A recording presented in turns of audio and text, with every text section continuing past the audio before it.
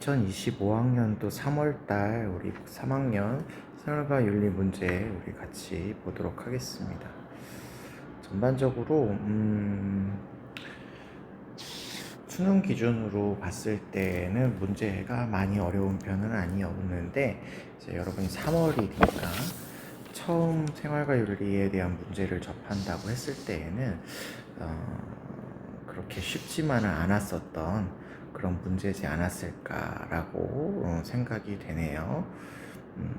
몇 가지 조금 처음 생윤을 공부하는 친구들에게 있어서는 난이도가 있었던 그런 문제도 있었기 때문에 아마 1등급은 40점 초반대고 나오지 않을까 생각이 됩니다.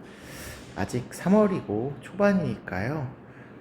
그래서 그렇다라고 생각을 해주시고 여유 있게 봐주시고 꾸준하게 계속해서 여러분이 공부를 해 나가시는 게 중요할 것 같습니다. 네, 1번부터 차근히 보도록 하겠습니다. 자, 1번은 전통적으로 윤리학의 분류를 해보는 문제가 나오고 있습니다. 가를 보시면 핵심 과제를 고르는 문제죠. 윤리학은 생성형 인공지능인 창작물에 대한 명예훼손 책임은 누구에게 있느냐라는 질문처럼 현실의 구체적인 윤리 문제 해결이 주된 관심이다. 이렇게 이야기를 하고 있으시니 요거는 실천 규범 윤리다.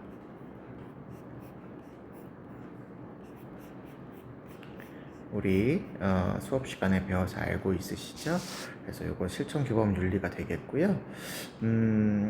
나를 보시면 바람직한 인공지능을 만들기 위한 윤리 원칙은 무엇이냐라는 질문에서 바람직한 윤리 등의 언어의 의미를 분석하는 게 주된 관심이다. 이렇게 이야기하고 있습니다.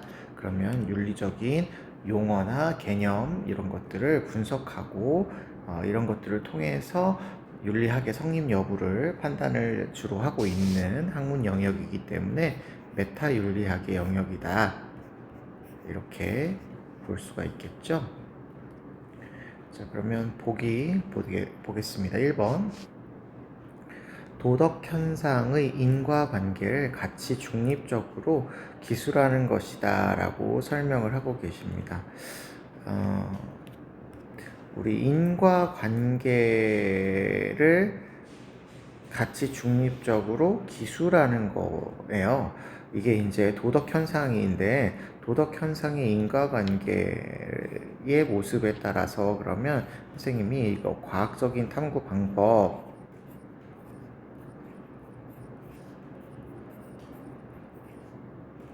을 사용하는 거다라고 말씀을 드렸죠.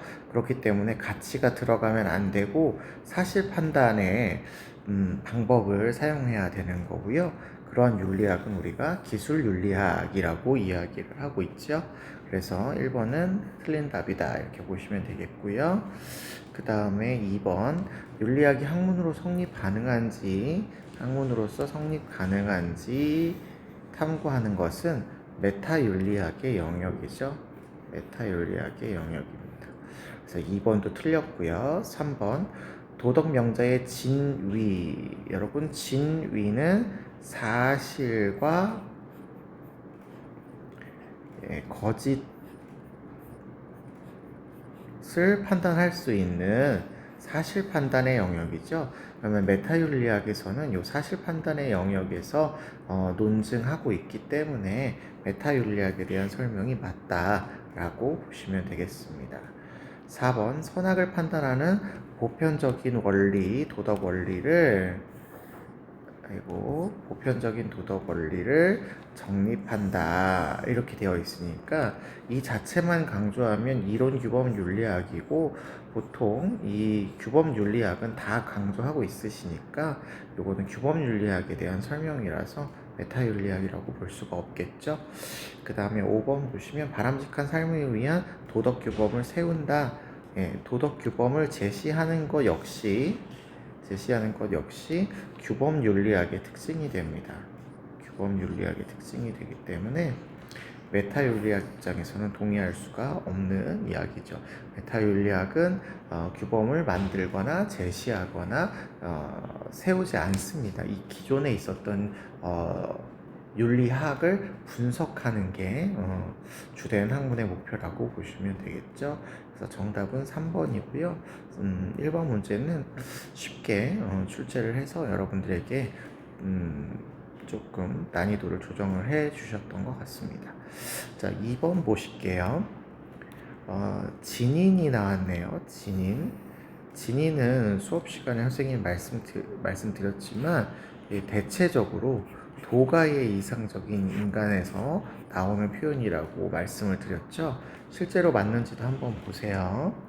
자연의 변화에 순응해요. 자연을 잘 따라야 되고요. 삶을 기뻐하지도 죽음을 거부하려 들지도 않는데요. 삶과 죽음에 대해서 이렇게 구별하지 않는다. 차별하지 않는다. 상대적인 관점에서 둘을 바라본다. 이런 맥락이네요. 이런 맥락이네요. 그리고 거부하려 들지 않고 의연이 가고 의연이 온다 해서 의연할 때 연자가 자연의 연자죠. 그러면 도가의 이야기가 맞습니다. 을을 보시면요. 을의 내용은 현자는 즐거운 시간을 향유하려고 노력하며 죽음을 두려워하지 않는단다. 이렇게 되어 있습니다. 즐거운 시간을 향유한다라는 표현이 우리 좀 익숙하게 보신 분들은 아시겠지만 이거 쾌락을 설명하는 거죠. 쾌락을 향유하려고 하면서 죽음을 두려워하지 않는다는 겁니다. 죽으면 영혼이 더 이상 나누어지지 않는 원자로 흩어져서 감각을 상실하기 때문에 죽음을 경험할 수 없다 라고 보니까 죽음이 두려움의 대상이 아니다라는 거죠. 그러면 이거 에피쿠로스의 설명이구나 라는 거 찾을 수 있겠습니다. 예전에도 좀 많이 나오기도 했는데 도가에서는 인간을 구성하고 있는 요소가 기예요. 기.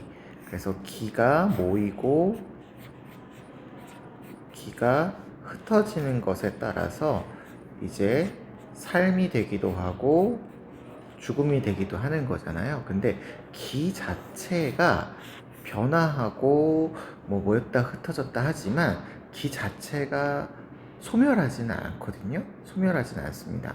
마찬가지로 에피쿠로스도 인간을 구성하고 있는 물질적인 기본 단위가 원자라고 보았고 원자가 모이면 이제 삶이 되는 거고 원자가 흩어지면 감각을 상실하는 죽음이 되는 거예요. 근데 이 원자 자체는 역시 소멸하지는 않습니다.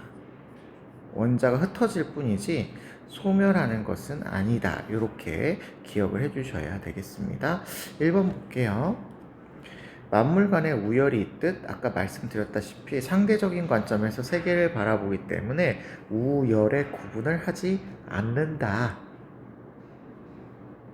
라고 생각을 해주셔야 됩니다.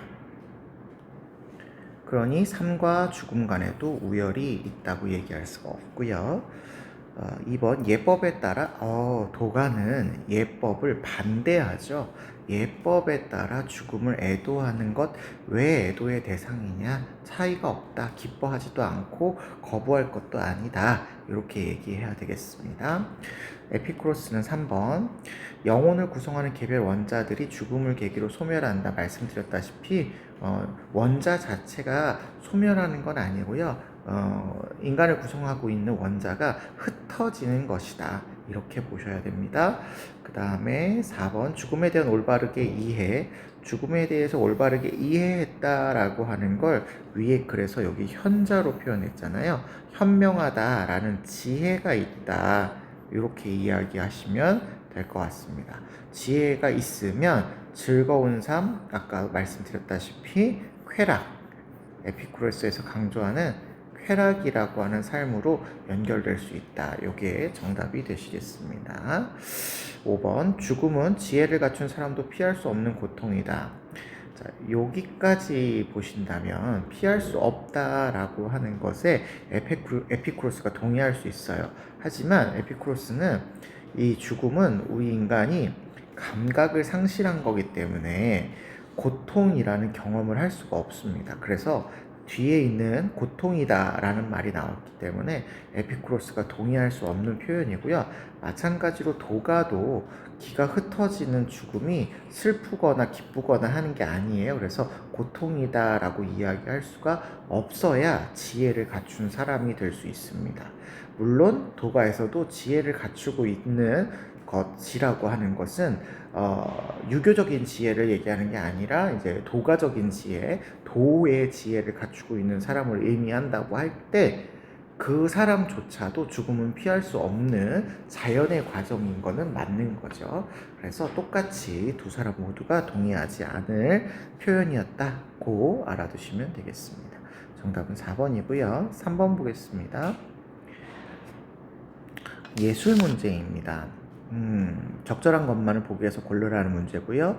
첫 번째 제시문을 보시면 부조화와 나쁜 리듬은 나쁜 성품을 담게 한다라는 거죠. 그래서 국가는 작품들을 통해서 우아한 것들을 추구하는 장인을 발굴해야 된대요. 자, 느낌이 여러분, 나쁜 리듬이 나쁜 성품을 하니까 만들어내니까 우아한 것들을 추구하도록 국가가 장인을 발굴해야 하는 의무를 지녔대. 국가가 해야 한대요. 그러면 나쁜 성품을 나타나게 하는 거는 제한을 하는 거고, 그리고 우아한 것들을 추구하는 것은 국가가 장려하는 거다. 이렇게 볼 수 있겠죠. 그러면 이 예술이라고 하는 이 작품을 어떤 건 좋은 거고 어떤 건 나쁜 거다라는 것으로 구분해서 본다라는 거니까 이 분의 글은 도덕주의의 관점이에요. 도덕주의의 관점입니다. 계속 보면 작품을 통해서 젊은이들은 이성의 아름다움, 이성이라는 것의 아름다움을 담게 만드는 게 좋은 거고 그렇지 않으면 안 좋은 거다. 그래서 성품이 이성과 조화를 이루게 되는 것이 바람직하니까 국가가 이러한 역할을 해야 된다라는 것을 강조하고 있으십니다. 두 번째 제시문을 보시면 신이 만든 침상의 원형. 자, 이게 제일 중요한 표현이죠. 원형. 침대라는 말이죠. 침상. 침대의 원형을 보고 목수가 침상을 만들고 목수가 만든 침상을 모방해서 화가가 침상을 그린답니다. 따라서 화가가 그린 침상은 침상의 원형과 닮았지만 침상의 원형은 아니라서 실제 원형은 따로 존재를 하는 거죠. 신이 만든 원형으로서의 침상의 원형이라는 게 존재를 하는데 이런 원형 이야기 하시는 거, 원형을 이분의 표현으로 이야기하면 이데아라고 이야기하고 있죠. 그래서 이데아가 따로 존재한다라고 보는 도덕주의 관점의 사상가는 플라톤 되시겠습니다.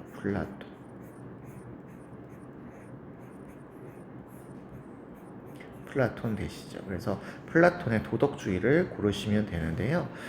우리는 사상가 자체를 많이 이해하실 필요는 없고 도덕주의적인 관점이다라는 것만 알아도 문제를 푸는 데에는 많은 도움을 얻을 수 있어요. 그래서 사상가를 꼭 다 알아야겠다 이렇게 생각하지 마시고 일단은 문제를 풀어주시면 좋습니다. 기억. 선한 것은 아름다운 것을 만드는데 영향을 줄 수 있다. 그렇죠. 아까 악한 것은 악한 영향을 주고 선한 것은 선한 영향을 주니까 선한 것은 아름다운 것을 만드는 데에도 영향을 주게 될 수 있는 거죠. 거꾸로 얘기해도. 그래서 플라톤의 예술적 그 가치관과 사상을 우리가 선미주의, 도덕적 선과 미가 일치한다 라는 선미주의라고 이야기합니다. 니은 미를 추구하기 위해서 예술에 대한 검열은 금지되어야 된다. 아까 국가가 좋은 것은 장려하고 나쁜 것은 제한해야 된다라고 했으니까 검열을 하겠다는 거지 안 하겠다는 게 아니었죠. 금지해야 된다 틀렸고요. 안 하게 되면 이제 나쁜 작품이 늘어나서 젊은이들에게 좋은 영향을 미치지 못한다 라고 보고 있기 때문에 그렇습니다. 디귿, 이성의 도움을 받은 예술이 도덕성 증진에 기여할 수 있다. 금방 말씀드렸는데 도덕성과 예술성이 같이 증진되기 때문에 당연히 기여할 수 있다. 이렇게 보고 있으십니다. 그 다음에 리을, 예술가의 창작을 통해서 아름다움의 원형이 만들어질 수 있다. 자, 이 말은 우리가 플라톤이라는 걸 모르셔도 여기 화가가 그린 침상은 침상의 원형과 닮았지만 침상의 원형이 아니다라고 얘기했기 때문에 원형을 만들 수 있는 것은 아니다라고 보시면 되겠어요. 이데아 자체는 원래 존재하는 것이고 이데아를 인간이 만들 수 있는 것은 아니지요. 아닙니다. 그래서 정답은 기억하고 디귿 이렇게 되겠습니다.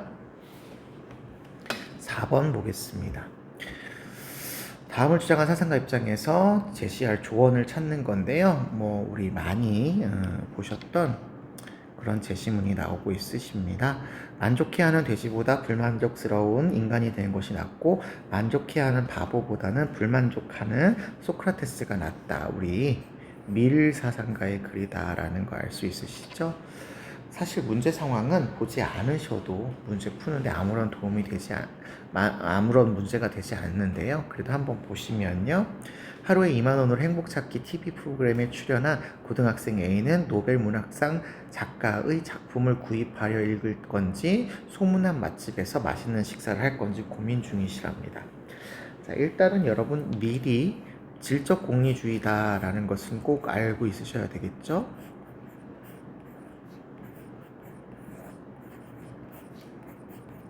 그래서 책을 읽을 건지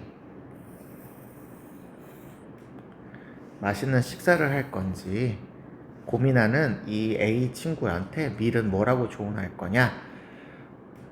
쾌락의 종류와 질적 차이가 있다. 이걸 강조하시겠죠? 1번, 식욕을 충족시키는 것보다 책을 읽고 지적인 만족을 느끼세요. 그렇죠.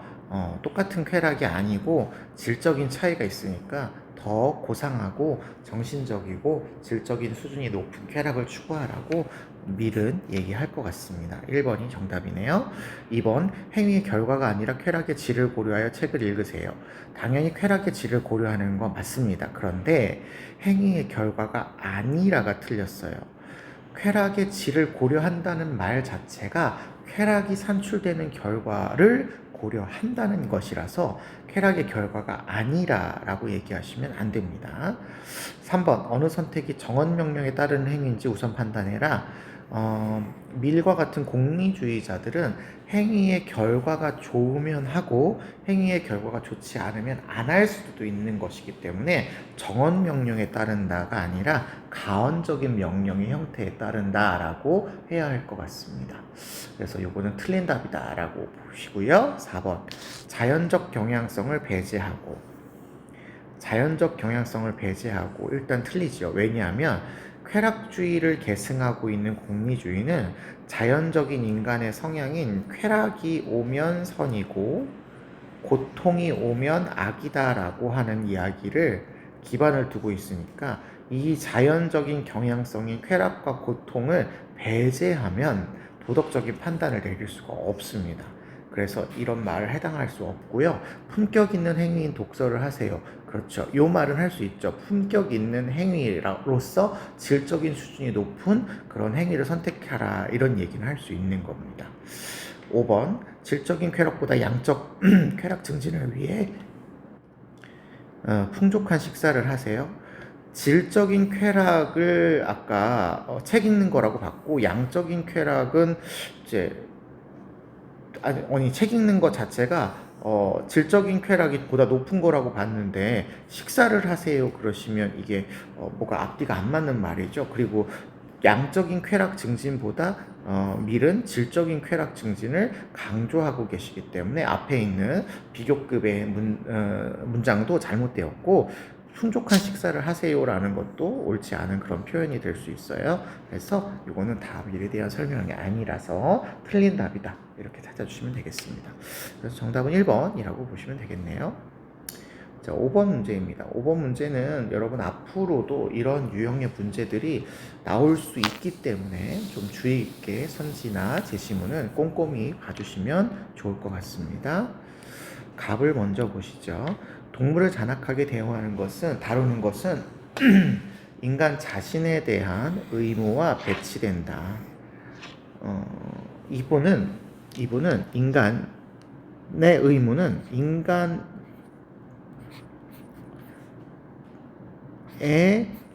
대한 의무밖에 없어요. 동물을 잔인하게 대우하지 말아야 하는 것을 동물에 대한 의무가 아니라 인간에 대한 의무로 보시는 분이야. 그래서 갑은 인간 중심주의 사상가.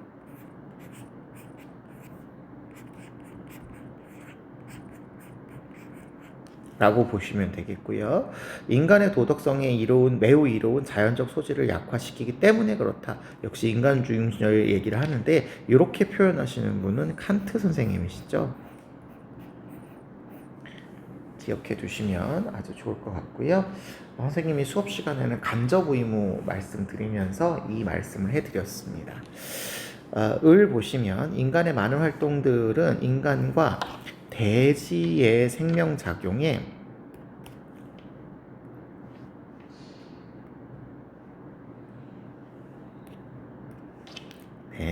대지의 생명적 상호작용이다. 인간과 대지가 서로 상호작용을 한대요. 그걸 이분은 대지윤리라는 말로 이야기하셔서 인간은 대지 공동체의 평등한 구성원이다 이렇게 얘기하고 계셔요. 그러면 대지윤리 이야기하시는 분이니까 레오폴드 선생님이다. 찾을 수가 있을 것 같고요. 병을 보시면 나무가 삶과 죽음에 관심을 가질 수 있어야만 목적론적 삶의 중심이 되는 것은 아니다. 삶과 죽음에 대한 관심을 나무라는 존재가 의식적으로 갖지 않아도 목적론적 삶의 중심이 될 수 있다는 얘기를 하고 싶은 거죠. 나무는 고유의 선을 지닙니다. 자신들만의 고유한 선, 고유의 목적을 향한 일관적이고 항상적인 활동을 하기 때문에 내재적 가치를 지니며 목적론적 삶의 중심이 될 수 있습니다. 의식을 갖지 않아도요. 그러면 요거는 테일러 선생님 되시겠죠. 자, 그러면 테일러, 레오폴드, 칸트 선생님이 어떻게 각자 얘기했는지 선지를 우리가 분석해 보아야 될 것 같아요. 칸트, 레오폴드, 테일러 이렇게 비교해 보도록 하겠습니다. A 보시죠. 도덕적 지위가 없는 존재. 자, 칸트에게 도덕적 지위가 없는 존재는 칸트에게는 인간 이외의 다죠. 동물, 식물, 무생물입니다. 라도 인간의 의무의 대상, 인간의 의무의 대상으로서 무엇인가 인간의 의무로서 들어갈 수 있느냐라고 본다면 아까 동물을 잔혹하게 하지 말아라 라는 게 있었으니까 칸트가 들어갈 수가 있겠죠. 자, 레오폴드의 입장에서 도덕적 지위가 없는 존재 누가 있냐? 없어요. 레오폴드는 모든 존재가 우리 지구에 있는 무생물까지의 모든 존재가 다 도덕적 지위가 있거든요. 그러니까 이 도덕적 지위가 없는 존재라는 말을 레오폴드는 동의할 수가 없네요. 근데 레오폴드가 혹시나 뭔가 도덕적 지위가 없는 존재라고 하는 존재가 있다 하더라도 지구 안에서 살고 있다고 한다면 지구에 있는 모든 존재들, 대지는 생명적 상호작용을 하고 있기 때문에 그 존재들에 대해서 인간은 함부로 대하지 말아야 될 거라는 의무가 있을 겁니다. 있기는 할 겁니다. 근데 일단 도덕적 지위가 없는 존재라는 게 레오폴드에게서는 성립되기가 조금 어려운 표현이죠. 자, 그 다음에 테일러 선생님 입장에서 도덕적 지위가 없는 존재라고 물어본다면 이건 무생물입니다. 무생물이 되겠죠. 무생물이 되겠습니다. 무생물에 대해서 인간의 의무 대상이 될 수 있냐라고 물어본다면 테일러의 인간이 자연을 대해야 하는 자연에 대한 의무 4가지가 있었잖아요. 그 4가지 중에서 불간섭의 의무로 생태계에 간섭하지 말아야 되는 의무가 있었습니다.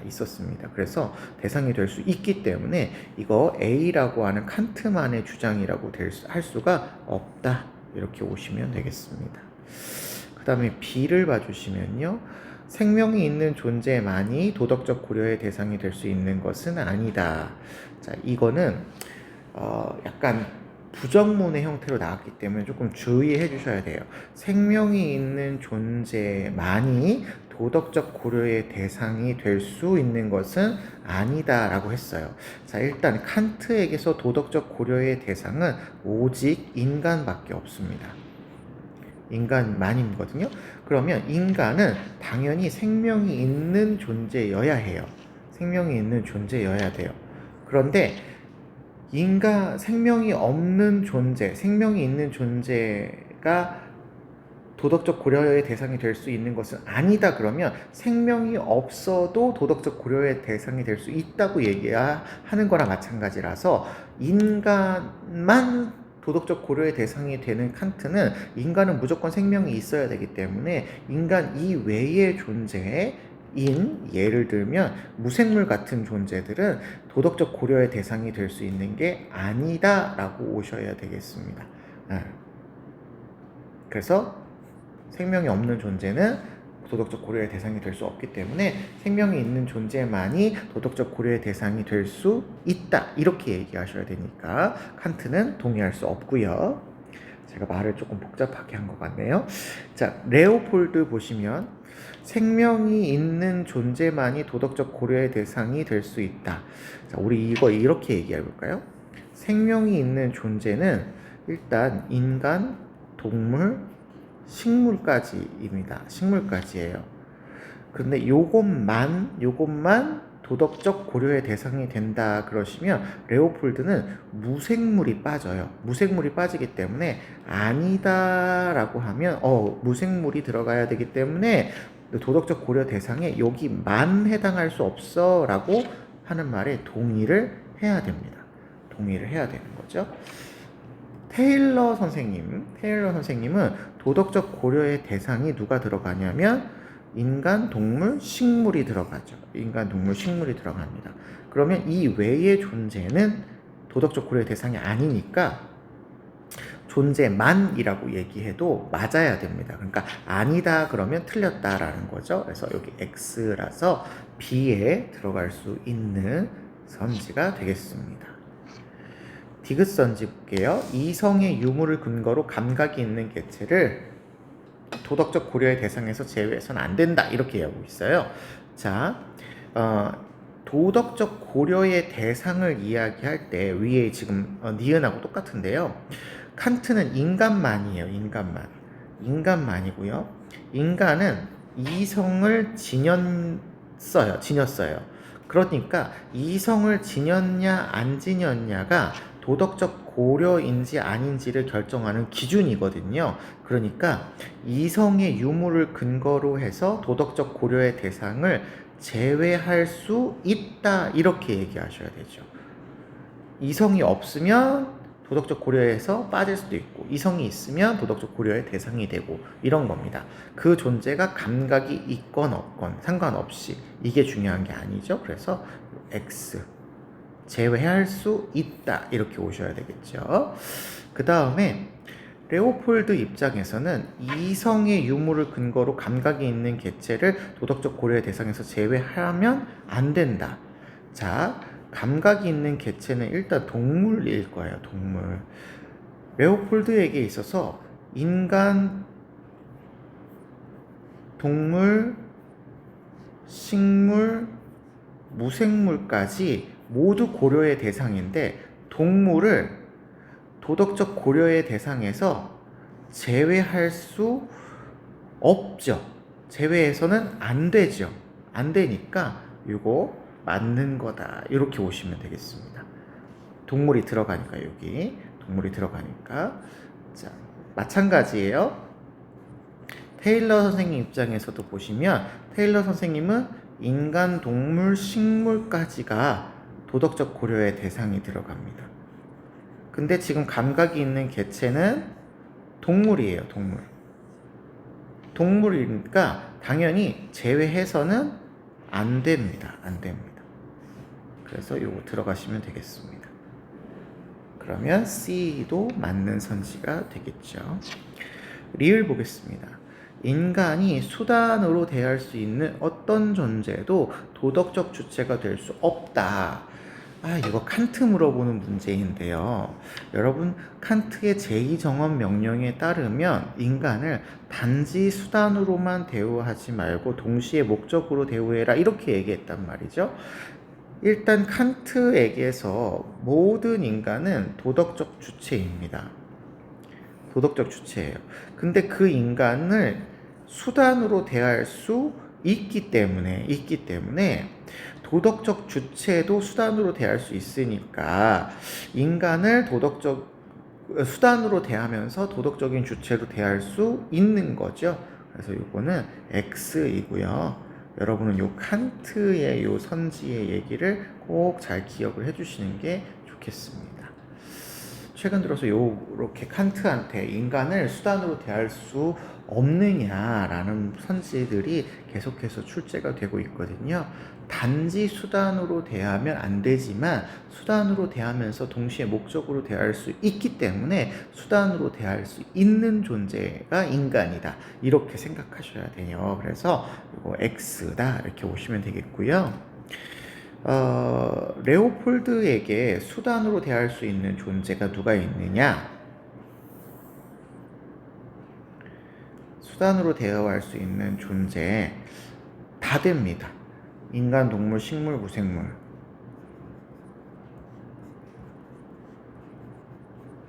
모든 개체가 다 수단으로 대할 수 있어요.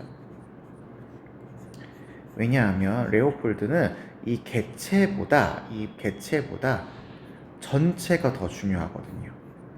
전체의 온전성, 안전성, 아름다움이 더 중요하기 때문에 수단으로 대화할 수 있습니다. 그러니까 여기에 인간이 들어가잖아요. 그럼 인간을 수단으로 대할 수 있기 때문에 이것도 X 이렇게 보시면 됩니다. 테일러도 마찬가지죠. 인간, 동물, 식물까지가 도덕적 고려의 대상이에요. 근데 수단으로 대할 수 있는 존재가 인간으로 포함될 수도 있어요. 인간이 포함될 수도 있어요. 테일러의 우선성의 원칙에 따르면 인간이 다른 존재들을 위해서 희생해야 되는 경우도 있는 거거든요. 그러니까 수단으로 대할 수 있기 때문에 테일러도 X다 이렇게 보시면 됩니다. 자, 여기서 여러분이 이제 제일 중요하게 보셔야 될 건 칸트의 견해고요. 어떤 사상가가 됐든 도덕적인 행위의 주체는 오로지 인간만이라는 거.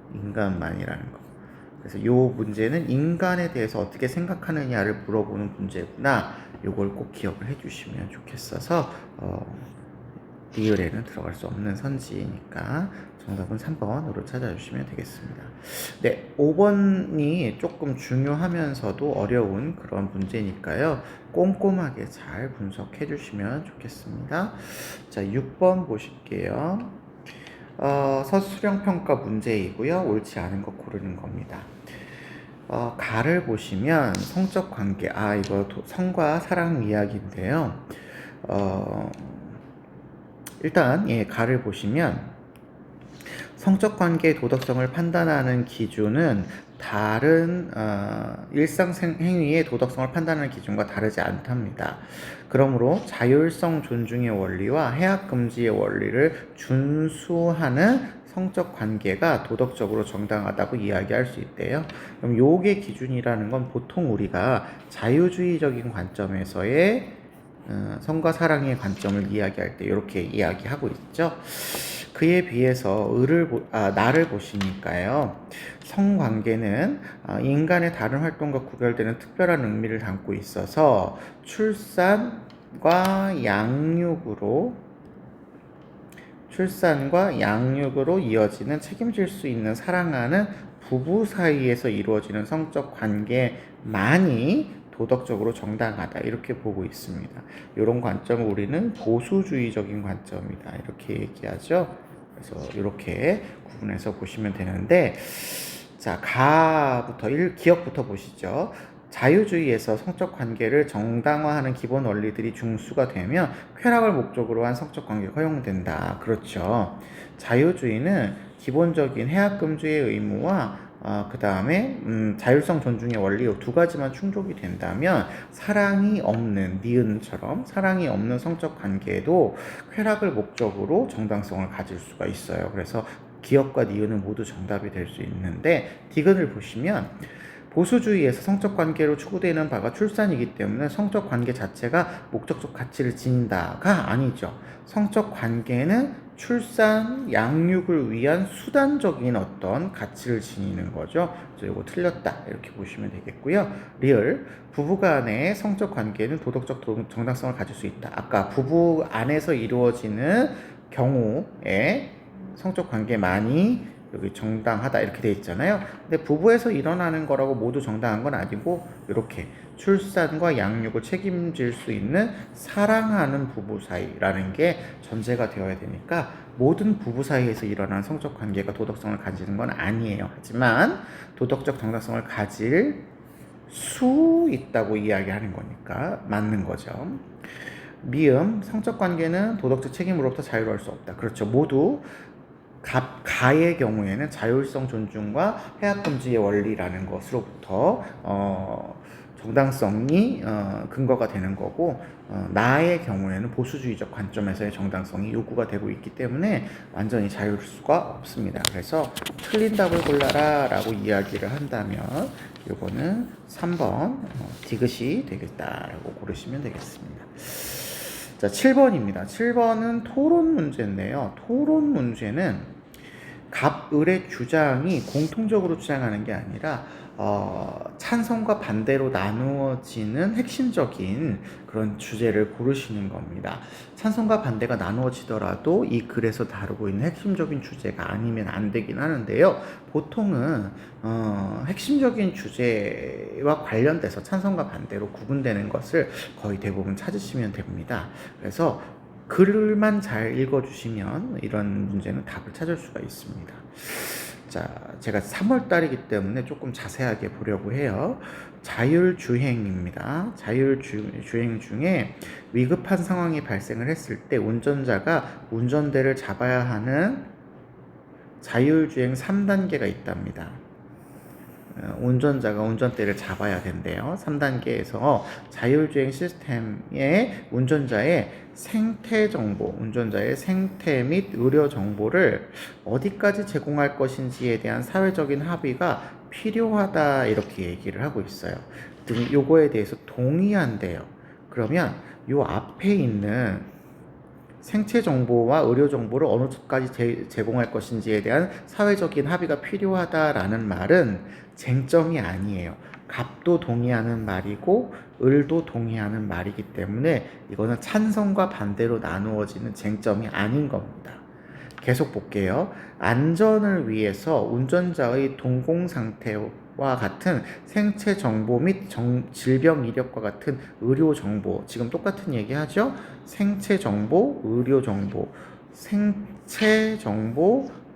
의료 정보 똑같이 얘기합니다. 자율주행 시스템에 제공을 해야 되고, 쉼표가 나왔어요. 그리고 그 뒤에 주행이 끝나면 해당 정보들을 비식별 조치해서 공공 데이터로 활용해야 된다고 했더니 그 다음에 갑의 입장을 보니까 안전운전을 위해서 생체 정보를 비식별 조치에서 공공 데이터로 활용하는 것은 바람직하대요. 그러면 비식별 조치에서 여기 비식별 조치에서 공공 데이터로 활용하는 것은 바람직하다. 여기까지는 지금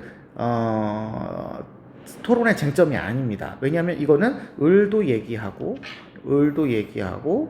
값도 예비하는 거니까요. 공공 데이터로 활용해야 된다. 여기까지는 바람직하나라고 하고 그 뒤에부터 이제 뭔가 다른 얘기를 하는데 개인정보 남용의 우려가 있는 여기 질병 이력의 제공은 금지해야 된다라고 하고 있어요. 지금 새로운 게 나왔죠. 의료 정보와 생체 정보 얘기만 하다가 갑자기 질병 정보 얘기가 나오고 있습니다. 질병 이력이라는 게 나오죠. 요거는 금지해야 된다라고 해요. 그럼 다시 위로 올라가서 을에 보시면 질병 이력과 같은 해서 여기 질병 이력을 의료 정보에다 살짝 끼워 넣고 여기 제공해야 하고 라고 되어 있습니다. 그러면 지금 달라지는 포인트가 질병 이력이라고 하는 것을 제공해야 되느냐 하지 말아야 되느냐가 지금 두 사람이 엇갈려서 다르게 얘기하고 있구나 라는 것을 우리가 찾을 수가 있는 거죠. 질병 이력의 제공에 금지해야 된다고 갑이 얘기를 하니까 바로 을이 그렇지 않습니다라고 하면서 생체 및 의료 정보는 보험회사뿐만 아니라 모든 시민이 다양하게 할 수 있는 공공대륙 활용할 때까지 사회적 안전이 보장되어야 된다라고 이야기를 하고 있으시면서 아니다라고 하는 포인트는 그러니까 의료 정보와 생체 정보 이런 얘기하는 게 아니라 그 안에 의료 정보 안에 들어있는 질병 이력도 다 제공해야 된다. 다양하게 이용할 수 있도록 활용돼야 한다. 그래야 사회적 안전이 보장된다. 이렇게 얘기를 하고 있어요. 그러니까 전체 의료 정보와 생태 정보를 다 제공을 하지 말아야 된다라는 게 지금 갑의 입장인 거고 전체 의료 정보와 생체 정보를 다 제공해야 된다는 게 을의 입장인 거예요. 그 중에서 제공하지 말아야 될 포인트가 여기라는 거죠. 질병 이력에 관련된 포인트를 지금 갑은 제공하지 말고 을은 제공해야 된다. 이 얘기를 하고 있는 겁니다. 그럼 결국은 질병 정보를 제공할 거냐 말 거냐 이게 지금 토론의 쟁점입니다. 그래서 요거 해도 되느냐 말아야 되느냐가 토론의 쟁점이라고 보시면 됩니다. 자, 1번부터 좀 보시면 비식별 조치는 개인정보 침해 문제를 완화할 수 있는가라고 보고 있습니다. 자, 갑의 입장을 보시면 비식별 조치하여 공공 데이터로 활용하는 것이 개인정보 남용을 위해서 바람직하다라고 되어 있으니 갑도 맞다 이렇게 얘기하겠지만 을도 자율주행이 끝나면 해당 정보들을 비식별 조치에서 공공 데이터로 활용해야 된다라고 이야기하고 있으니까 을도 맞아요. 그래서 이거는 찬성과 반대로 갈라지는 것이 아닌 그런 쟁점이라고 볼 수가 없는 동의하는 측면인 거예요. 2번 운전 당시의 생체 정보를 공공 데이터로 활용해도 되는가? 여기 생체 정보를 공공 데이터로 활용하는 것이 바람직하다라고 되어 있잖아요. 그러면 갑이 맞아요. 을의 입장에서도 생체 정보를 모든 시민이 공공 데이터로 활용할 수 있다라는 표현을 지금 하고 있는 거죠. 그러면 을도 맞아요. 그러면 이거는 쟁점이라고 얘기할 수가 없는 겁니다. 4번 안전운전을 위해서 운전자의 개인정보를 자율주행 시스템에 제공해야 되는가? 운전자의 개인정보 여기 갑의 이야기를 보시면 제공을 하는데 어디까지 제공할 것인지에 대해서는 지금 논란이 있을 수 있지만 제공해야 된다라고 하는 것은 제공해야 하고 제공해야 되고 라고 하는 말은 다 동의할 수 있는 말이죠. 그러니까 이것도 두 사람이 모두 동의해야 되는 내용이니까 토론의 쟁점이라고 볼 수가 없어요. 5번 자율주행 시스템은 운전자의 의료 정보를 제공하는 것에 대해서 사회적인 합의가 필요하냐. 지금 여기 사회적인 합의가 필요합니다에 을이 동의했죠. 그러니까 이것도 둘 다 동의할 내용입니다. 이런 식으로 두 사람 모두가 동의하거나 두 사람 모두가 반대하는 건 토론의 쟁점이라고 볼 수가 없어요. 그에 비해서 지금 질병 이력의 제공에 대해서 갑은 제공하지 말아야 된다. 을은 제공해도 괜찮다. 이렇게 얘기를 하고 있으시니까 이런 게 토론의 쟁점이라고 보시면 되겠습니다. 그래서 정답은 3번으로 찾아주시면 되시겠네요.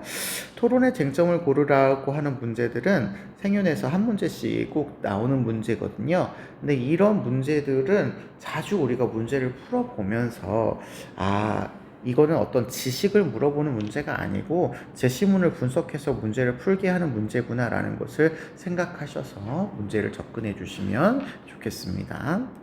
자, 8번 볼게요. 가브레 사상가 입장입니다. 군주는 불쌍히 여기는 마음이라고 해놓고 여기 한문으로는 측은지심이라고 써놓으셨네요. 이걸 모르시더라도 우리는 볼 수 있을 텐데 이 마음이 있어서 이 마음으로 다스려야 된대요. 그러면 보통 이렇게 좋은 것으로 다스린다라는 것은 덕치 얘기하고 있구나라는 것을 우리가 조금 생각해 볼 수 있는 거죠. 계속 보시면 만약 군주가 이익을 밝히면 선비와 백성도 자신의 이익을 추구하게 되어 나라가 위태로워지니까 이익을 밝히기보다는 뭘 밝혀야 되냐면 도덕을 밝혀라. 이런 얘기를 하고 있는 거죠. 견리사의나 뭐 이런 표현들이 있을 수 있죠. 그래서 요거는 유교의 맥락이구나. 뭐 조금 더 디테일하게 이야기하면 맹자의 맥락이구나. 이렇게 올 수 있을 것 같습니다. 그에 비해서요. 을을 보시니까 무명은 즐겁지 않은 거예요. 그래서 밝음을 일으켜야 된답니다. 그럼 요 말은 사실은 깨달음이라는 표현이라는 거. 무명은 무지를 의미하니까요. 그래서 무명이 소멸되고 행이 소멸되면 결국은 생로병사 근심 슬픔 번민도 모두 소멸된다 라는 멸성제 얘기를 하고 있는 거죠.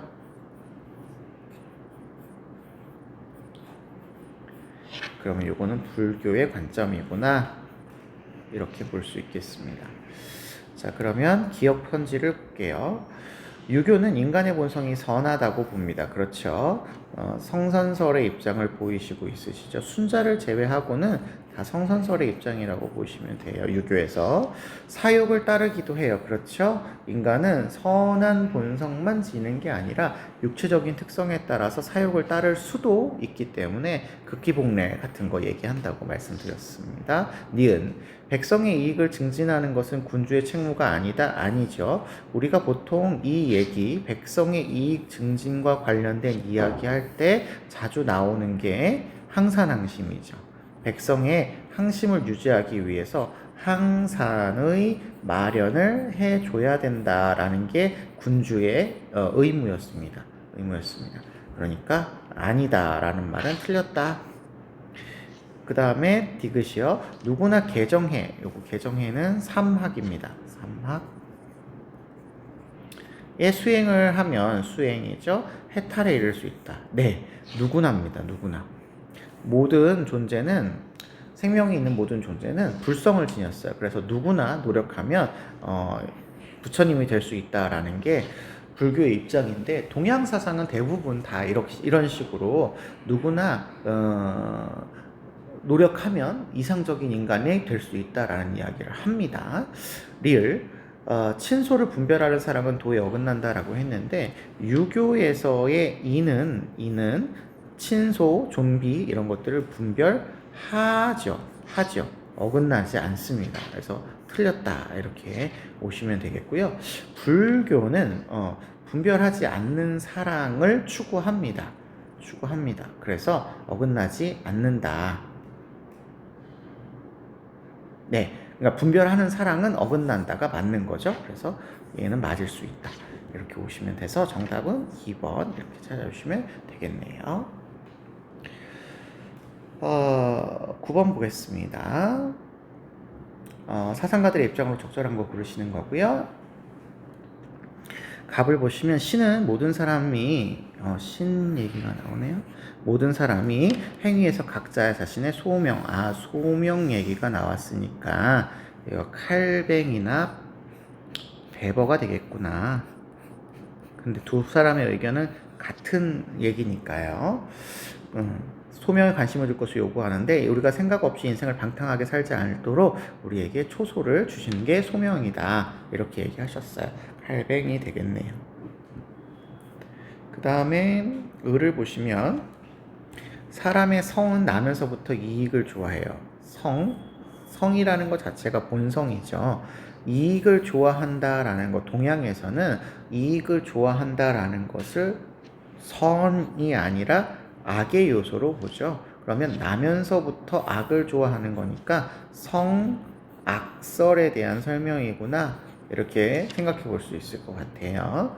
이걸 좋아하니까 기준과 한계가 없으면 서로 다투게 되는 분쟁, 갈등이 일어나게 된대요. 그래서 선왕이라는 분이 예의를 제정해서 경계를 살피고 각자 바라는 것들을 충족해 주시는 역할을 했답니다. 예의가 중요하니까 유교사상가죠? 그럼 유교사상가 중에 성악설 주장하시면 순자고, 순자는 그래서 예라고 하는 게 선왕이라고 하는 분에 의해서 후천적으로 만들어진 형성된 그런 요소다라고 보시면 되겠죠. 도덕성이다 보시면 되겠습니다.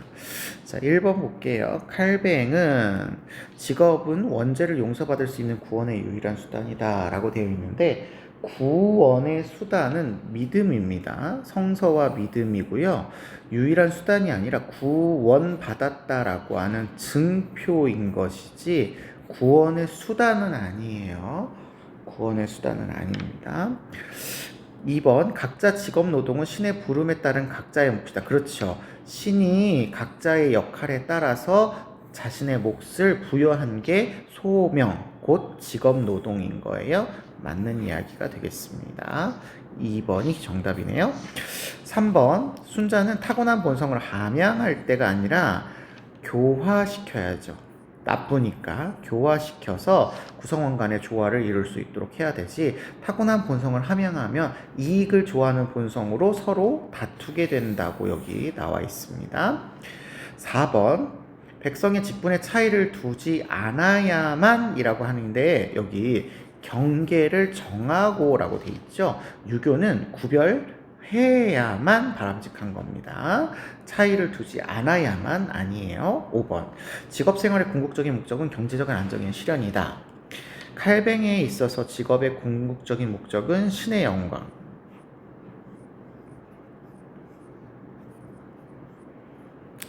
혹은 이웃에게 봉사. 이게 신의 영광을 드러내는 일이니까 이렇다고 보고 있고요. 순자에게 있어서의 직업의 궁극적인 목적은 도덕성의 실현이죠.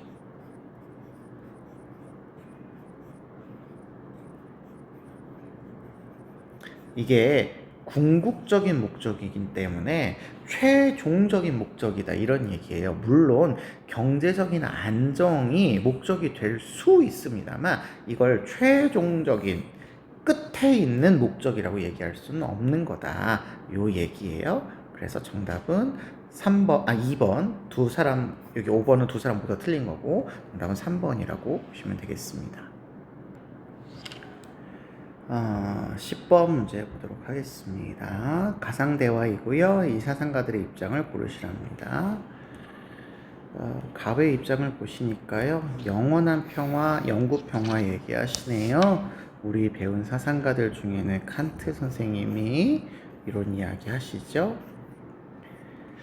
국가들 상호 간의 계약 없이는 여기서 계약이라고 하는 얘기 좀 기억해 두셔야 되고요. 이 계약의 표현이 이제 법으로 나타나는 거다 라고 알아두시고 이 계약은 예지체적인 인격들의 계약입니다. 현상체적인 존재들의 계약이 아니에요. 구축될 수 없고 보장될 수 없어요. 그렇기 때문에 평화 연맹이 필요하고요. 이 연맹이라는 그 단체가 있어야 된다라고 칸트 선생님이 얘기하죠. 자, 그 다음에 을을 보시면 국제정치의 영원한 우방도 영원한 적도 없어요. 이런 얘기는 상황에 따라서 변경이 된다라는 건데요. 이 상황에 따라 변경되는 주요한 원인은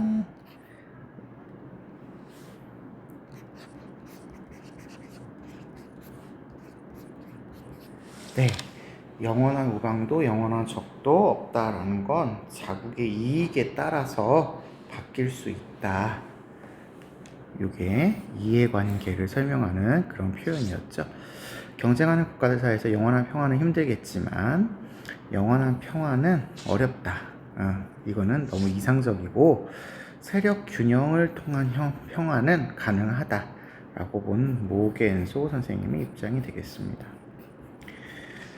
자, 1번 보시면 평화를 위해서 국가의 사법권을 평화연맹에 일임해야 된다라고 칸트가 이야기하는데요. 국가의 사법권은 국내법의 영역이죠. 국내법의 영역이고 이 국내법의 영역을 평화연맹에게 일임한다고 하는 것은 국가의 주권에 대한 어떤 내정 간섭이 이루어질 수 있기 때문에 칸트에서 반대하는 그런 입장을 보이시고요. 그 다음에 2번 침략에 대한 자국의 방어 수단에 대안을 두어서는 안 된다. 침략에 대해서 자국을 방어를 하는데 그러면 뭐 무조건 뭐 핵으로 방어를 한다든지 이런 게 아니잖아요. 방어를 할 때에도 도덕성의 기준에 제한이 있다 이렇게 보시면 되겠습니다. 그 다음에 국제사회에서 세력 균형을 이루기 위한 수단은 단일하다 되어 있는데요. 세력 균형의 방법은 여러 가지죠. 힘으로써 세력 균형을 이룰 수도 있고 국가 간의 동맹을 통해서도 세력 균형을 이룰 수 있기 때문에 단일하다 이렇게 하시면 안 된다라고 보시면 되겠습니다. 4번 국익은 국제법이 지닌 구속력을 벗어날 수 있는 근거다. 오겐소에게 국제법은 중요하지 않습니다. 국제법이 뭐가 됐든 상관없이 국가의 이익이 어떻느냐에 따라서 결정할 수 있는 거기 때문에 국익이 최고예요. 그래서 만약에 국제법의 구속력을 벗어나는 게 뭐냐, 기준이 뭐냐라고 물어본 때 국익이다 라고 이야기한다면 이거는 맞는 표현이 되겠고요. 5번 국가보다 상위에 있는 입법기구가 존재해야 된다라고 본다면 국익이 최고인데 국가보다 상위에 있는 기구가 있을 수가 없죠.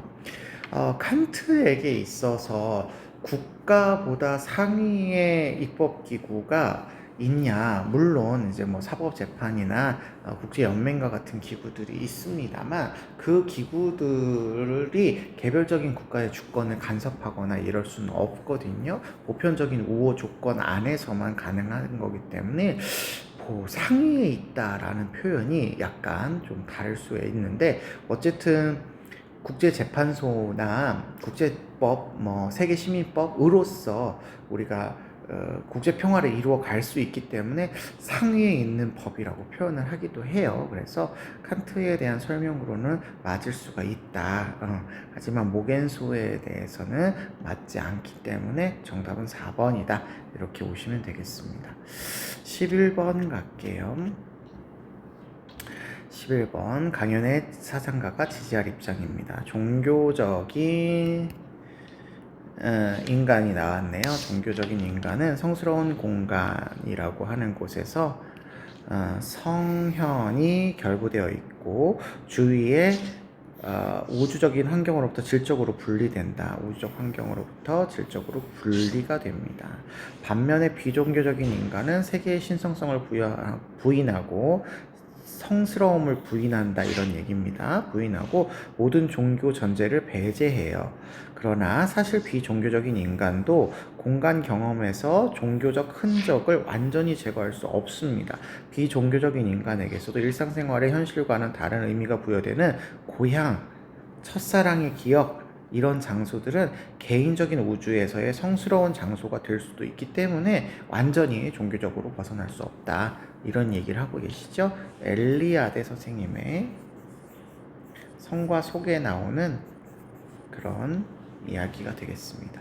1번이요. 종교적인 인간은 자연 그 자체를 성스러운 초월자로 인식한다. 자연 그 자체가 성스러운 초월자가 아니고요. 신이죠. 신이라고 하는 인격적인 신이 따로 존재를 하고 있기 때문에 자연 그 자체가 신이다라고 얘기할 수는 없습니다. 2번, 종교적인 인간과 비종교적인 인간이 추구하는 공간 경험은 같다? 아니죠. 종교적인 인간은 질적으로 좀 다른 공간을 체험하고 있기 때문에 같지 않은 공간이라고 보셔야 되고요. 3번, 종교적인 인간에게 성스러운 공간은 그 주변과 질적 차이가 없다. 금방 말씀드렸다시피 같지 않은 질적인 차이가 있는 공간입니다. 4번, 종교적인 인간은 생활 공간에서 성스러움을 체험하고자 힘쓴다. 종교적인 인간은 그런데요. 비종교적인 인간은 여기 종교적인 전제를 배제하려고 하는 속성을 지니고 있으니까 성스러움을 체험하려고 힘쓴다라는 표현이 잘못됐죠. 5번, 비종교적인 인간의 일상적인 삶에서 종교적인 의미를 찾아볼 수 있다. 그렇죠. 아까 뭐 고향 같은 첫사랑의 기억과 같은 성스러운 이런 어떤 의미를 찾을 수가 있다. 이게 정답이다라고 보시면 되겠습니다. 자, 12번 볼게요. 12번은 3단 논법에 대한 문제이고요. 기억에 들어갈 내용의 반론을 골라라 라고 하는 것이 보통 기존에 많이 출제되고 있는 그런 문제의 유형이기 때문에 이 무형은 좀 잘 기억해 주시면 되겠습니다. 크리스토퍼 유전자 가위 기술이 인간에게 해악을 초래함으로 허용돼서는 안 된답니다. 그러면 사실 이거 3단 논법 안 해도요. 이게 반론이잖아요. 반론을 골라야 되니까 유전자 가위 기술이 인간에게 해악을 초래하지 않을 거다라는 얘기를 고르시면 돼요. 여기 다 유전자 기술이잖아요. 유전병을 치료할 수 있다. 이거네요. 예, 유전병을 치료하는 게 해악을 초래하지 않는 거죠.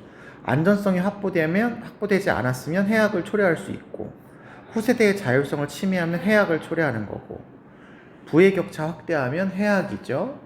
생태계의 교란 해악이죠. 그래서 이거는 사실은 뭐 그냥 이 가에 나와 있는 제시문의 반론을 고르시면 됩니다. 근데 이제 우리가 복잡하게 문제를 조금 풀어야 한다라고 할 때 산담 논법은 여기 주어부까지 여기에 A로 반복이 되고요. 그 다음에 허용되어서는 안 된다. 이게 허용되어서는 안 된다라는 B 부분으로 반복이 되고요. 그 다음에 크리스토퍼 유전자 가해 기술이 여기 위로 올라오셔서 C로 이렇게 오시면 돼요. 그래서 여기 C 플러스 A로 여기 들어갈 말은 크리스토퍼 유전자 가위 기술은 기억에 들어갈 말은 인간에게 해악을 초래한다 요거잖아요. 그러니까 요거에 대한 반론이니까 초래하지 않는다. 인간에게 유용하다. 요에 오면 되니까 정답은 1번으로 찾으시면 됩니다. 자, 13번 문제입니다. 통일 문제가 나왔는데요. 이런 통일 문제 같은 경우도 지식을 물어보거나 하지 않습니다. 그냥 나와 있는 제시문을 꼼꼼하게 잘 분석하시면 돼요. 하나의 민족으로 통일해야 된다는 다윈이론은 넘어서야 되고요. 통일에 대한 실리적인 접근이 필요하답니다.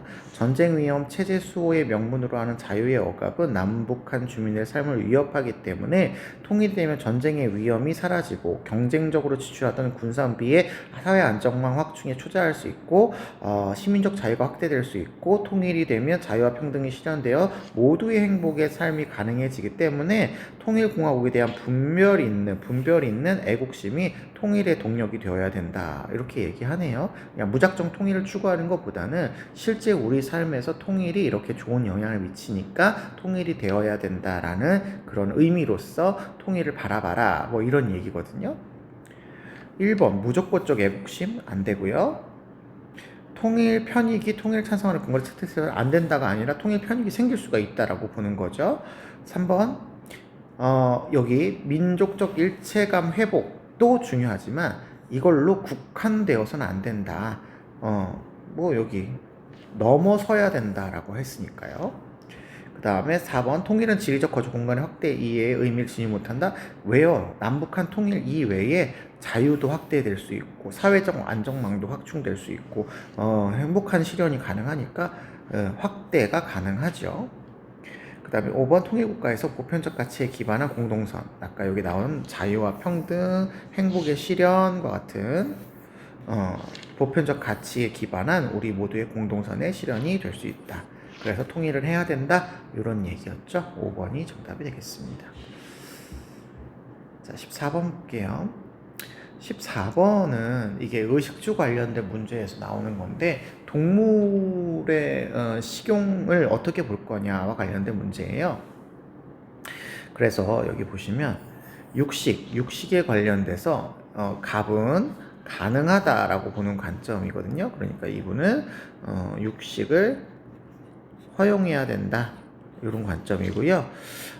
다만 그 과정에서 동물 복지를 추구하는 안전한 환경에서 자란 동물은 자연의 먹이사슬에 노출된 동물 생명보다 고통에서 자유로울 수 있고 인간은 동물 복지라는 가치의 소비에 따른 만족감을 느낄 수 있으니까 동물 복지를 추구하는 육식을 해야 된다. 이런 얘기를 하는 거고 그에 비해서 윤리적인 육식은 불가능하다라고 해서 윤리적인 육식을 하면 안 돼라고 해서 육식에 반대하고 있는 거고 인간에게 고통을 가하는 것이 잘못이라면 동물에게 고통을 가하는 것도 이와 같은 이유에서 잘못이니까 고통을 줄이기 위해서 최선의 일은 육식을 하지 않아야 돼. 우리 비건 같이 식물까지만 먹을 수 있어. 뭐 이런 얘기인 거예요. 보통 을과 같은 주장을 싱어 선생님이 하고 있으시기는 합니다. 근데 이거는 그렇게 접근할 거는 아닌 것 같아요. 기억. 모든 유정적 존재, 여러분 유정적 존재는 생윤에서 쾌고 감수 능력을 지닌 존재라는 말로 오셔도 되겠습니다.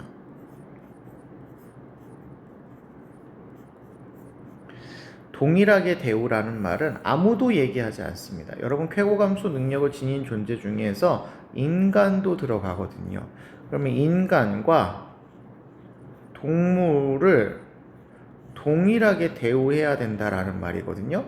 동일할 필요는 없어요. 인간이 쌀밥을 먹으니까 동물도 쌀밥을 먹어야 된다. 이건 아니잖아요. 동일하지는 않고 동등하게 고려해 주는 겁니다. 그래서 이거 틀렸다 이렇게 보시면 되겠고요. 그렇다고 한다면 이분은 육식이 가능하다니까 동일한 대우가 당연히 안 돼요. 니은 식생활에서 윤리성 평가에서 동물 복지는 고려 요소다. 그렇죠. 아까 동물 복지를 고려해야 된다. 이 얘기가 여기 나와 있잖아요. 추구해야 된다. 여기 나와 있잖아요. 자, 그 다음에 디귿. 인간 이익만이 음식 소비 윤리를 정하는 기준이다? 아니죠. 고통, 동물의 고통을 줄이는 것도 윤리적인 기준이 될 수 있으셔야 되죠. 그래서 이건 틀렸다.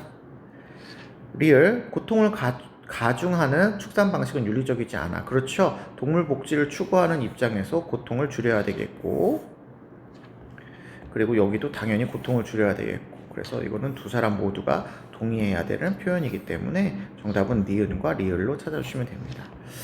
자, 15번 보겠습니다. 사상가들의 입장을 그림으로 표현한 것을 질문에 골라라 라는 건데요. 갑을 먼저 보시면 인간이 안전한 삶을 살기 위해서 다수의 사람들이 하나의 인격으로 결합되었습니다. 다수의 사람이 하나의 인격으로 결합되어 있어요. 이런 표현이 나오시면 두 사람 중에 하나입니다. 루소 아니면 홉스입니다. 자, 그런데 이를 리바이어던을 탄생하는 계기라고 본다 그랬으니까 이건 홉스 선생님의 글이죠. 그러면 이 하나의 인격은 이제 실제로 한 명의 군주나 절대 권력을 의미하는 거다 이런 얘기를 알 수 있겠죠.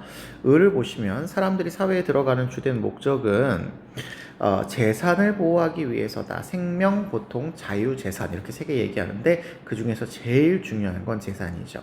각자가 자연법의 집행권을 포기하고 집행권은 이제 자연 상태에서 있었다가 사회로 들어가는 순간 포기를 하는 거죠. 그리고 그것을 공동체에 양도를 할 수 있어요. 공동체에 양도할 수 있다라고 본다면 이거는 이제 자신의 권력을 주권을 양도하는 내용이 되기 때문에 홉스나 로크만 가능하고 루소는 안 되죠. 그래서 이거는 로크의 설명이구나.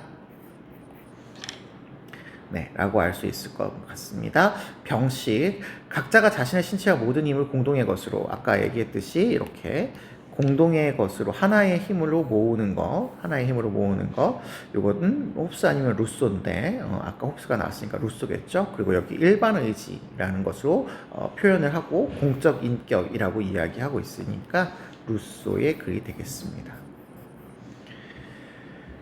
네, 그러시면 루소, 로크, 홉스를 비교해서 문제를 풀 수 있겠네요. 자, 기억 보죠. 사회계약 당사자가 주권을 가지는 것은 불가능하다. 홉스에게 있어서의 주권은 통치자가 갖는데요. 통치자는 사회계약의 당사자가 아니에요.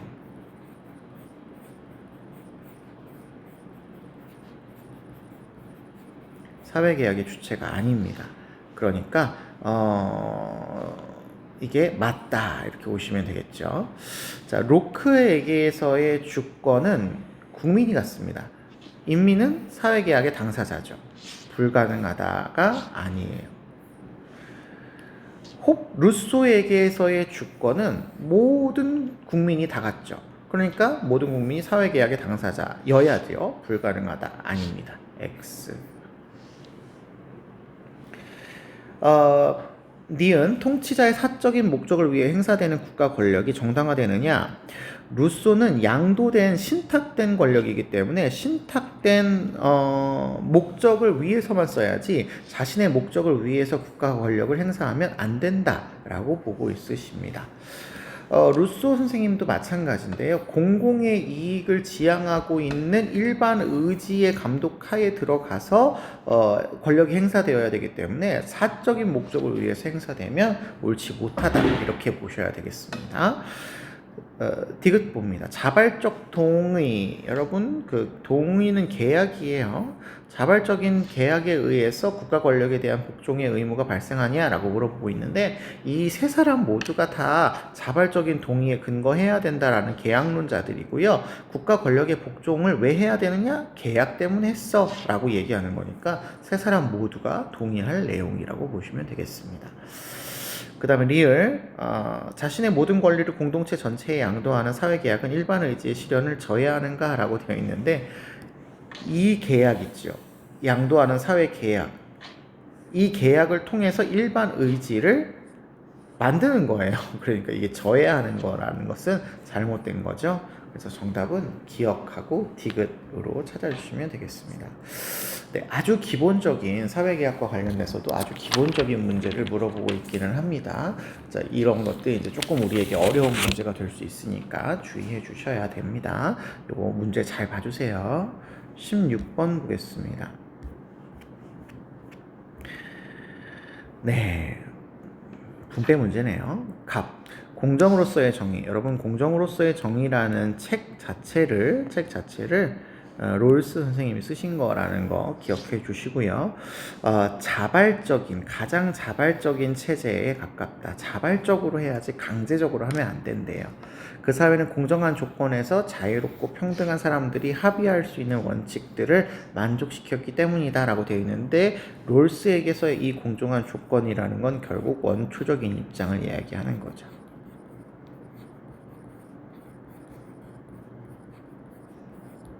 그래서 이거 롤스다. 그에 비해서 을을 보시면 소유 권리론을 주장하시네요. 노직이죠. 소유 권리론에서 취득 양도 교정의 원리를 근거로 해서 소유 상태를 형성하는 과정을 설명하면서 최적 분배에 관한 원리가 아니라 과정 중심의 원리다라고 해서 롤스와 똑같이 절차적 정리를 강조한다.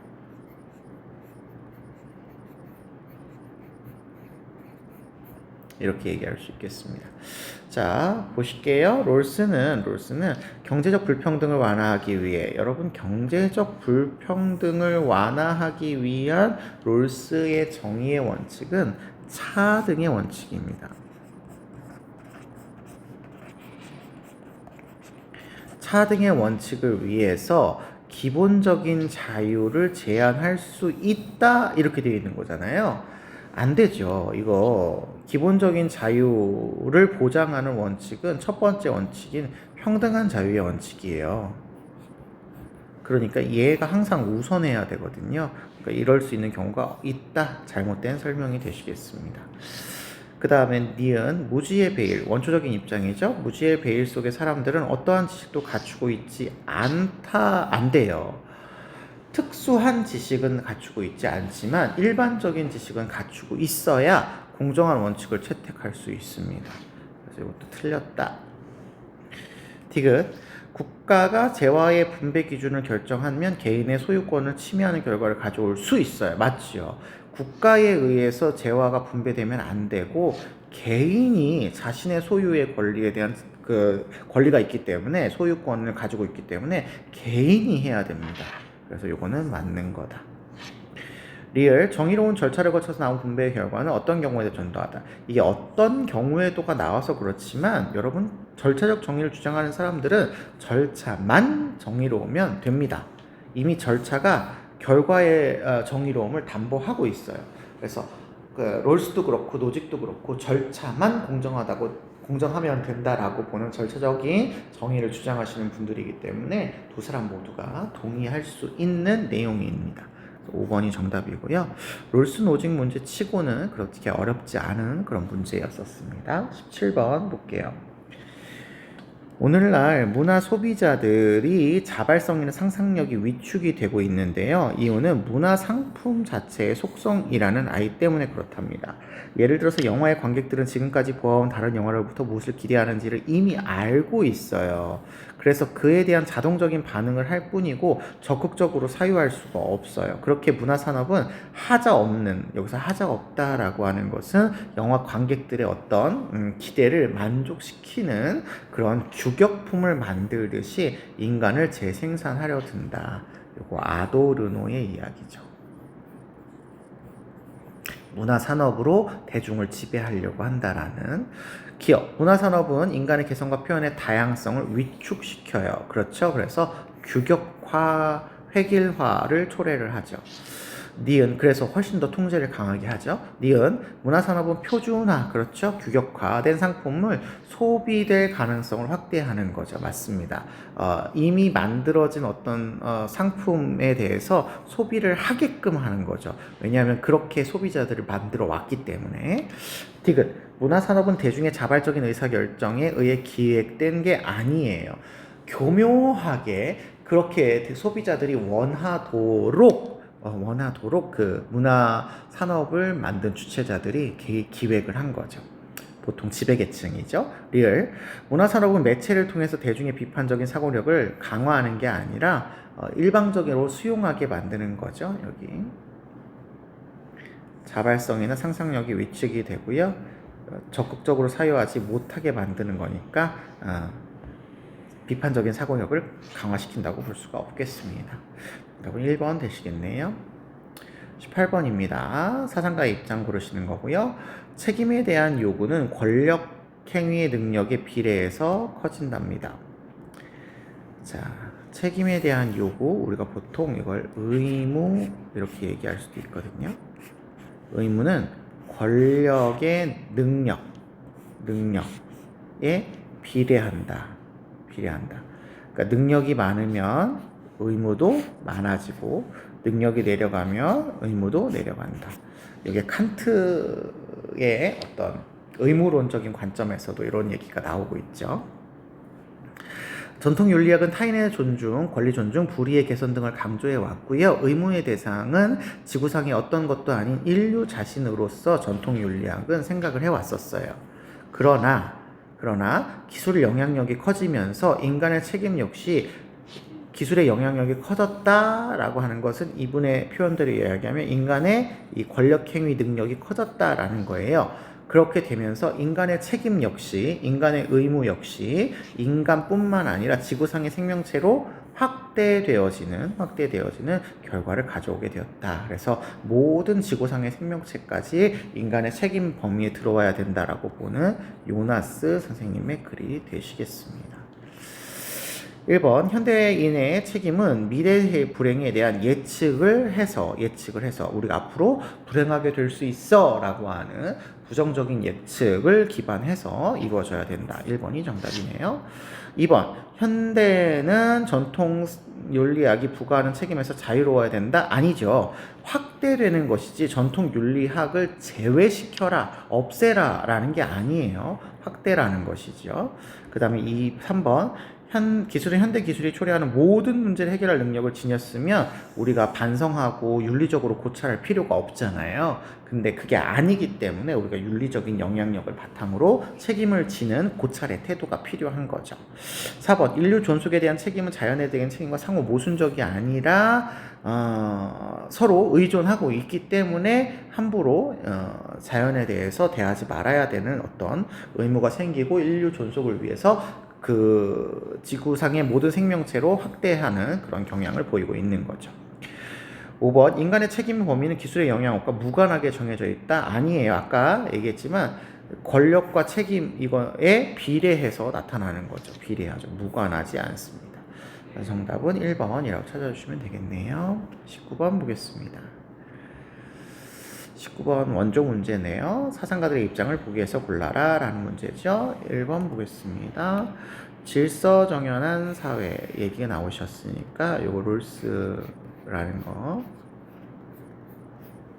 알 수 있겠고요.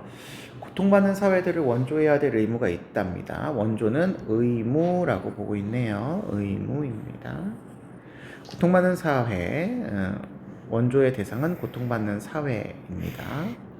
질서정연한 사회가 되는데 필요한 정치적이며 문화적인 전통들을 결핍하고 있기 때문에 원조는 정치적이며 문화적인 측면에서 지원을 하시면 되고 경제적인 원조 자체가 목적은 아니다. 이렇게 얘기하고 계시죠. 그 다음에 을을 보시면 나쁜 일을 막을 때 그의 상당한 도덕적 가치를 희생하지 않는다면 그렇게 해야 된다. 이게 여러분 비교급이에요. 상당하는 이라고 하는, 그러니까 조금은 괜찮다는 거죠. 희생을 할 때 조금은 희생할 수 있어요. 근데 너무 크면 안 돼. 이런 얘기입니다.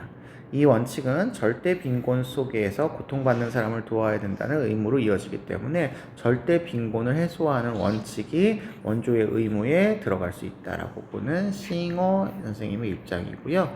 상대적으로 이런 얘기가 들어가니까 공리주의적인 관점이구나라는 것을 좀 알아두시면 좋겠습니다. 기억 볼게요. 롤스는 원조 대상국이 상대적으로 빈곤하더라도 여러분 빈곤은 원조를 결정하는 요소가 아니거든요. 그러니까 빈곤한지 안 한지는 중요하지 않아요. 그냥 원조 대상국이냐 아니냐가 중요하죠. 이 원조 대상국은 롤스에게 있어서는 고통받는 사회죠. 그러면 원조는 중단할 수 있냐라는 거예요. 빈곤 안에 하더라도 원조할 수 있고 빈곤하더라도 원조 안 할 수 있죠. 어쨌든 빈곤에서 벗어나기 위한 아까 위에 표현대로 이야기하면 정치적이고 문화적인 전통을 가지고 있다면 원조가 중단되는 거죠. 그러니까 이거는 맞는 거다. 이렇게 보시면 되겠습니다. 롤스에게서의 원조의 중단 시점이라는 게 존재를 하고 있기 때문에 이런 표현이 나올 수 있는 거죠. 니은 해외 원조는 질서정연한 사회의 경제적 불평등을 규제하는 정의의 원칙. 아까도 나왔는데요. 경제적 불평등을 규제하는 정의의 원칙은 차등의 원칙이고요.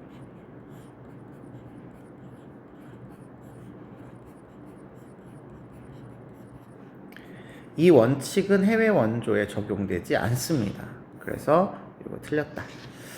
디귿 해외 원조의 결과, 해외 원조의 대상뿐만 아니라 주체까지 경제적인 이익을 누릴 수 있어야 된다. 이렇게 되어 있는데요. 아까 여기 경제 주체는 도덕적 가치를 희생할 수도 있어요. 근데 이게 너무 크면 안 된다는 거거든요. 그러니까 반드시 경제 주체가 경제적인 이익을 누려야 되는 것은 아닌 겁니다. 그래서 이거는 틀린 거다. 이렇게 보시면 되겠고요.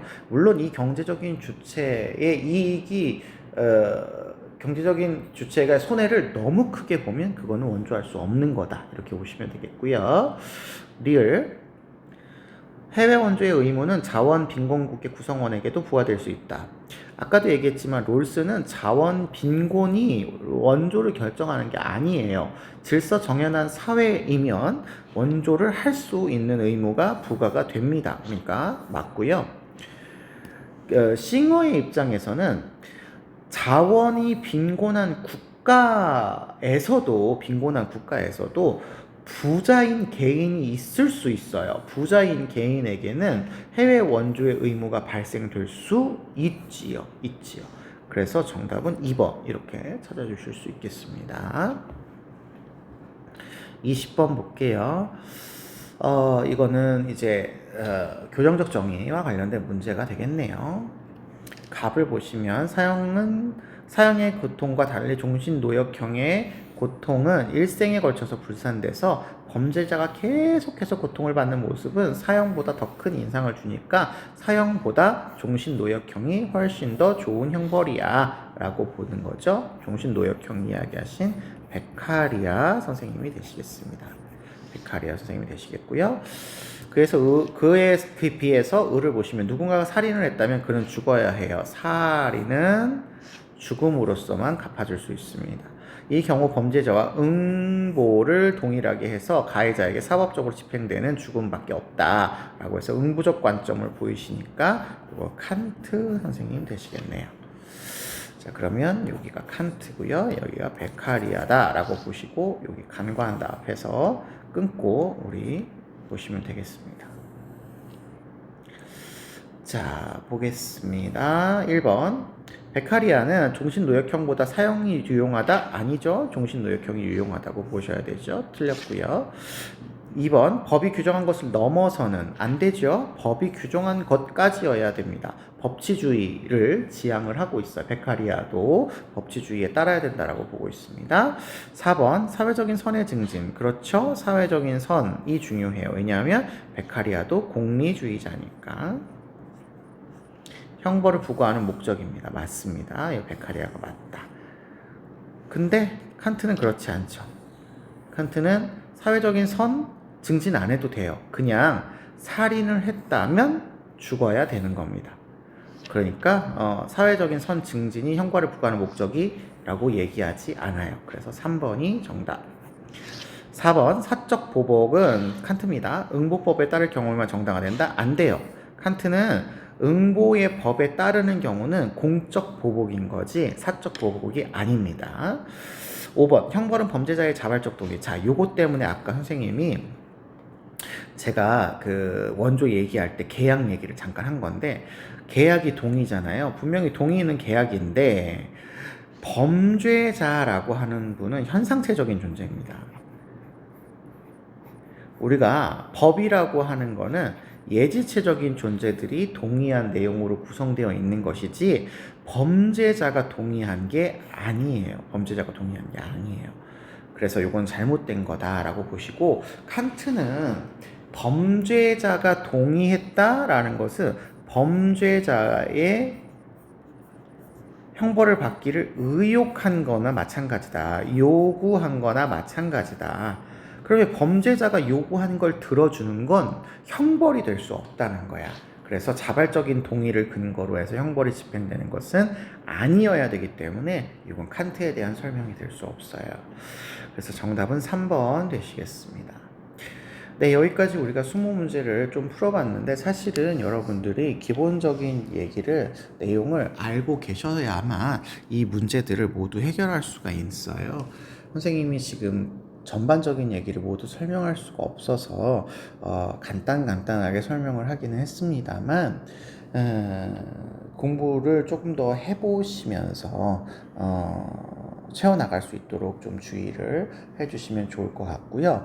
지금 자주 출제되는 빈도수가 높았던 문제 중에서 지금 기출되지 않았던 게 시민불복종 문제가 기출되지를 않았습니다.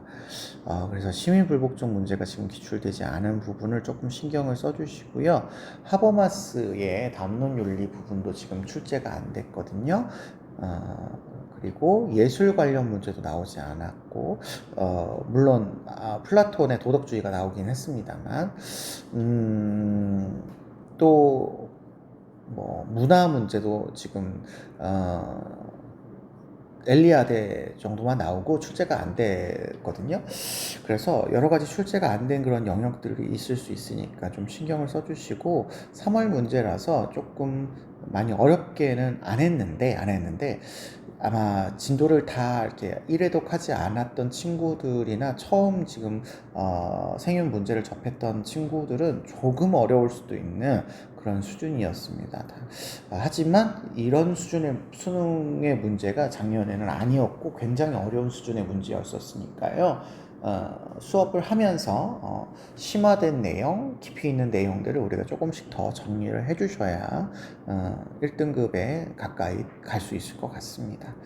네, 긴 시간 영상 보시느라고 고생하셨고요. 생윤 정리하시면서 질문이 있으시면 수업 때나 선생님한테 개인적으로 질문해 주시면 제가 답장을 해드리도록 하겠습니다. 예, 수고하셨습니다. 여기까지 보겠습니다.